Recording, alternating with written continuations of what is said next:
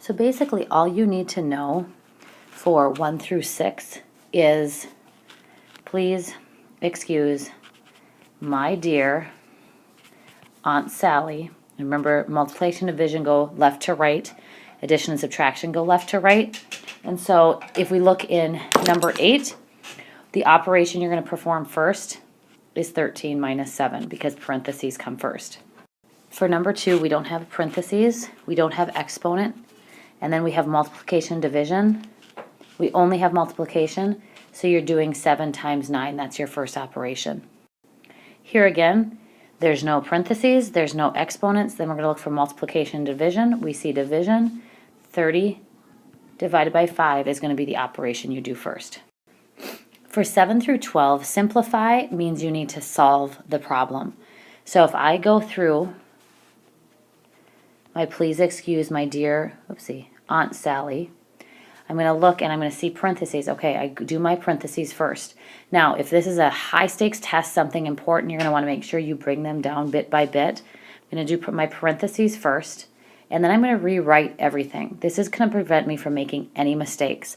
I don't have any exponents. I'm going to look for multiplication and division. Found some. I'm going to do that next. I'm going to, again, rewrite the rest of my problem. I only have one problem left. So when I simplify it, I get 2, 3. So again, we go through this. There's parentheses, so we're going to go ahead and do that first. I'm going to take the time to rewrite the problem. And then there's only one thing left here, and I get 21. That's simplified. Really, 13 through 16 is no different than 7 through 12. They're just using the word solve instead of simplify. So if I remember, please excuse my dear Aunt Sally, and I do my parentheses first, and this is 7. I have 18 minus 7 times 2. I have no exponents. I'm going to look for multiplication and division, and I have multiplication, so I'm going to do the multiplying first. I'm going to rewrite the problem, and then I end with 4. For number 14, we don't have parentheses and we don't have exponents. Now here's a case where we do multiplication and division left to right. So we do the multiplication first, again, bring it down, and then rewrite everything. Now we did multiplication, now we have division. We're going to bring it down and rewrite the rest, and then we just have one operation left. All we're doing for 17 through 22 is adding in parentheses. So if you think, remember, parentheses are what you do first. So if I put parentheses here, I have to do that operation first, which means this is going to be 4, and then I have 8 times 4 equals 32. That does not equal 60. So if I go up and I try this again, and I say, okay, that didn't work, the only other place to put parentheses is here, and I'm going to move down here. So I do the parentheses first, and that gets me 64 minus 4 equals 60, and that one works. So here again, if I go, all right, let's put the parentheses here. I do parentheses first because of please excuse my dear Aunt Sally. I have 15 times 2 equals 30, which checks out. Number 19 is pretty easy because we wouldn't put our parentheses here, because if I divide 8 by 7, I'm not going to get a whole number, so that doesn't even make sense. So I'm going to assume that if I put my parentheses here, and I have 14 divided by 7 equals 2, and that checks out. First of all, in case I forget to tell you in class, you don't need to do 1 through 6. I forgot to cross it out because we haven't done conversions yet. Here on the bottom, or in the middle, I guess, I'm going to move my decimal point over 1 on each side. So I have 2 goes into 9.6. I'm going to bring that decimal point straight up. 2 goes into 9 4 times. 4 times 2 is 8. Bring down my 6. 2 goes into 16 8 times. Here, when we multiply, we get 35. Have our 0, 1, 5. We're going to add. We don't think anything about the decimal points yet. Now we go back up and say, okay, we went over one place here and one place here. So in my answer, I need to go over 1, 2 spots. So my decimal point will go there for 8.67. Here again, I'm moving this decimal point over, so I'm going to move this decimal point over 1.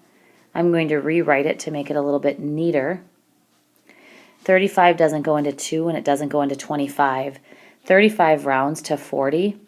4 goes into 25. about 6 times, but I'm going to chance it and go up to 7 because I did a pretty big rounding up. So I'm going to go to 7. I have 35 times 7 is 245. I got lucky. And then I subtract and I get a remainder of 7. I had decimals in there, so I know that I have to continue with my decimals. So I'm going to add a decimal point, bring down my 0. And I know that if I have two 35s, it's the same as 70. So I'm going to put a 2 up here. 2 times 5, and we get 70 with no remainder. So we have 7.2. Ed started work at 8:45 a.m. He stopped for lunch at 12 o'clock p.m. and went back to work at 12:45 p.m. He quit for the day at 6:15 p.m. How long did he work on this day? Now, in the real world, we don't count being at work during lunchtime working.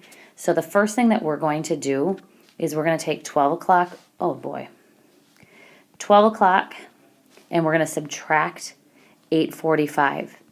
Now, remember, in time, if I'm borrowing an hour, I'm borrowing 60 minutes. You're not in base 10 here.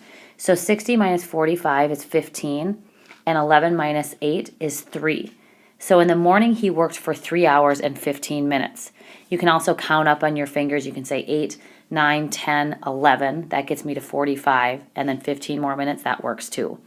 So then I've got to go from 12:45 to 6:15, which is much more difficult subtracting.